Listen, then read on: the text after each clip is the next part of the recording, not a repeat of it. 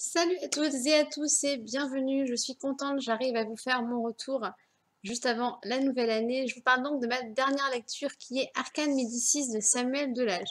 Je vais vous parler, quasiment même vous lire la quatrième de couverture et vous donner ensuite mon ressenti. Donc l'histoire se passe à Rome, dans la Villa Médicis, et nous avons un cadavre qui est retrouvé avec les yeux énucléés. Donc c'est vraiment un choc au sein de l'institution puisque la victime était le fils du directeur. Nous avons dépêché sur place le commissaire Castelli qui conclut rapidement à un homicide. Forcément, la victime ne s'est pas énucléée toute seule, quoique des fois on peut lire des choses dans des thrillers. Et il ne va pas tarder à découvrir que cette victime, donc le fils du directeur, entretenait des liens vraiment très ambigus avec les résidents.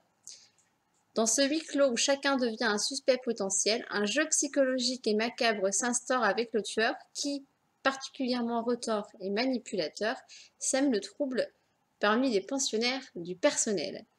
Les tensions montent quand on retrouve le corps du jardinier avec les yeux lui aussi énucléés, donc comme la première victime, à proximité d'un accès à l'une des nombreuses galeries sillonnant les sous-sols de la villa.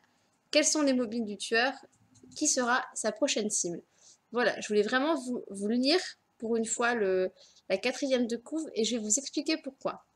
Parce que pour moi, je suis désolée, mais il y a vraiment un problème avec ce résumé. Alors je sais que l'auteur n'y est pour rien, que c'est vraiment la maison d'édition qui fait les quatrièmes de couve, mais là, moi, très honnêtement, mon plaisir de lecture a été gâché puisque le corps du jardinier, donc qui est retrouvé et nucléé, et bien ça, on le retrouve vraiment à la fin du livre. Mais quand je vous dis à la fin, à 80 pages de la fin. Moi, personnellement, je l'ai vraiment vécu comme un spoil de la part de la maison d'édition. Je comprends pas qu'on nous dévoile des choses comme ça qui arrivent si tard. C'est pas la première fois que ça m'arrive cette année, mais alors là, en fait, ça m'a gâché mon sens de lecture dans le sens où je me disais, bah attends, on me dit que le jardinier il va mourir, je le retrouve encore, je l'ai encore là. Et en fait, j'étais plus concentrée sur ça, sur me dire bah, quand est-ce qu'il va mourir, plutôt que sur l'histoire en elle-même. Voilà, donc c'est un point négatif. Je sais que ce n'est pas de la faute de l'auteur, mais pour moi c'était important de le dire parce que je pense qu'il faut que les maisons d'édition fassent attention à ça aussi. Après, ça n'engage que moi. Je sais que c'est compliqué de faire une quatrième de couve sur un livre. Je ne vais pas leur jeter la pierre parce que je ne sais pas si je saurais le faire. Mais voilà, là pour moi, ça a été un point négatif. Sur mon ressenti global du livre, j'ai trouvé que le rythme était très long, un peu long à démarrer, puisque on a en fait on a vraiment un rythme de lecture. Moi, en tout cas, pour ma part, après, attention, comme je vous dis toujours, les avis n'engagent que moi. J'ai senti vraiment un rythme très accéléré à 50 pages de la fin. Où là, effectivement, on se prend tout, on nous dévoile tout, et l'intrigue a été bien menée, puisque je ne m'en suis pas doutée. Il y a beaucoup de descriptions. Je suis pas très friande des descriptions. C'est peut-être pour ça aussi que j'ai senti que le rythme était lent. Mais je sais qu'il y a des personnes qui aiment les descriptions au sein des livres. Donc voilà, c'est encore une fois une question de goût.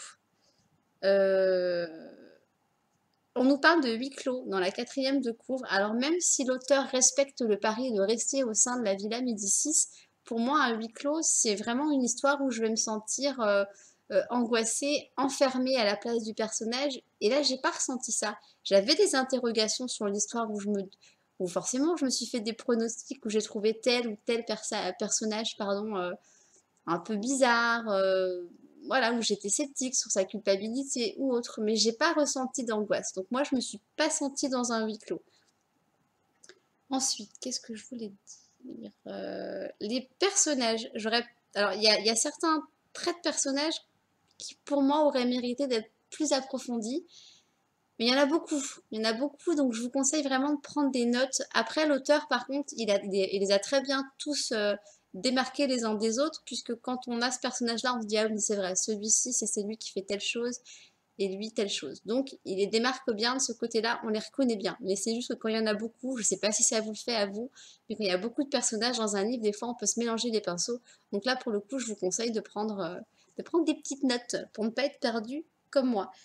En tout cas, la richesse des descriptions dont je vous parlais, elle nous permet vraiment de bien visualiser la scène. On sent que l'auteur a fait beaucoup de recherches sur la Villa Médicis, ça c'est top.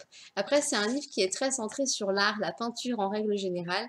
Après, moi, ça m'attire pas vraiment les tableaux, la peinture et autres, et c'est peut-être pour cela que je n'ai pas accroché à ce livre, à cette histoire, comme j'aurais aimé accrocher. Mais si vous, de votre côté, vous êtes friand d'art, de peinture et de compagnie, eh ben ce livre peut vous plaire complètement, sans souci.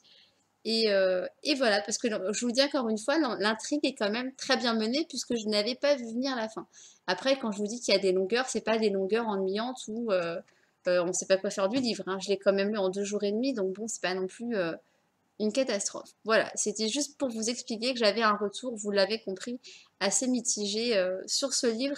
Mais je le répète, pour moi, ce gros problème vient de la quatrième de couve. Je suis certaine que si on nous avait pas dévoilé un truc aussi gros, et ben peut-être que je me serais moins focalisée sur ça et que je me serais plus attachée à l'histoire ou autre. Là, j'attendais vraiment ce jardinier qui se fait tuer et puis voilà. Donc voilà, comme je vous le dis à chaque fois que j'ai un retour mitigé sur ce livre, tous les avis que je peux vous donner ne sont pas méchants. Je le fais vraiment très sincèrement. J'essaie de rester très crédible auprès de vous. Là, ce livre m'avait été offert, je l'avais reçu hein, en SP par Magie Noire, et, par la maison d'édition et par l'auteur, Samuel Delage. Mais voilà, même si le livre m'est offert, je pense que c'est important de toujours faire un retour honnête. Je veux rester crédible. Et donc, comme je vous le disais en début de phrase, c'est pas parce que moi, je l'ai pas ressenti comme un gros coup de cœur et que je vous dis de foncer que vous n'allez pas aimer. Donc, si l'histoire que je vous ai contée vous tente et si vous aimez l'art, eh bien, n'hésitez pas, achetez-le, découvrez-le et faites-vous votre propre avis. Et vous revenez vers moi ensuite pour me dire ce que vous en avez pensé. Voilà, donc sur mon dernier retour pour cette année 2018, je vous invite à liker ma vidéo si elle vous a plu, à la partager autour de vous et à vous abonner à ma chaîne si le cœur vous en dit. Voilà, et si vous êtes déjà abonné, n'hésitez pas à appuyer sur la petite cloche qui doit être là, là. Il y a une petite cloche normalement et elle vous avertira toujours de des vidéos que je peux mettre en ligne. C'est donc tout, il me reste à vous souhaiter un très bon réveillon, pardon, je ne vous souhaite pas encore la bonne année parce qu'on n'est pas encore en 2019. Je vous dirai à la prochaine vidéo. Donc je vous souhaite un bon réveillon, je vous souhaite que votre soirée se passe comme vous le souhaitez. Voilà, et on se revoit en 2019 pour les vœux. En attendant, je vous fais des millions de bisous et je vous remercie de me suivre sur cette chaîne. Voilà, voilà. Ciao, ciao, bisous.